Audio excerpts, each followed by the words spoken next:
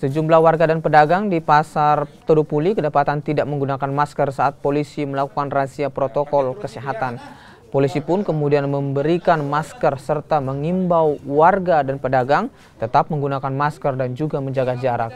Meski dalam razia ini polisi masih menemukan warga tak menggunakan masker, namun polisi masih memberikan teguran dan juga peringatan secara persuasif dan humanis agar warga tetap disiplin penerapan protokol kesehatan. Kami tetap melaksanakan secara humanis, menghimbau, menyarankan bagaimana kita menjaga kesehatan dengan pertama-tama rajin mencuci tangan, menggunakan masker, terus menjaga jarak, kemudian menghindari kerumunan, dan juga mengurangi mobilitas. Itu himbauan kami kepada mereka.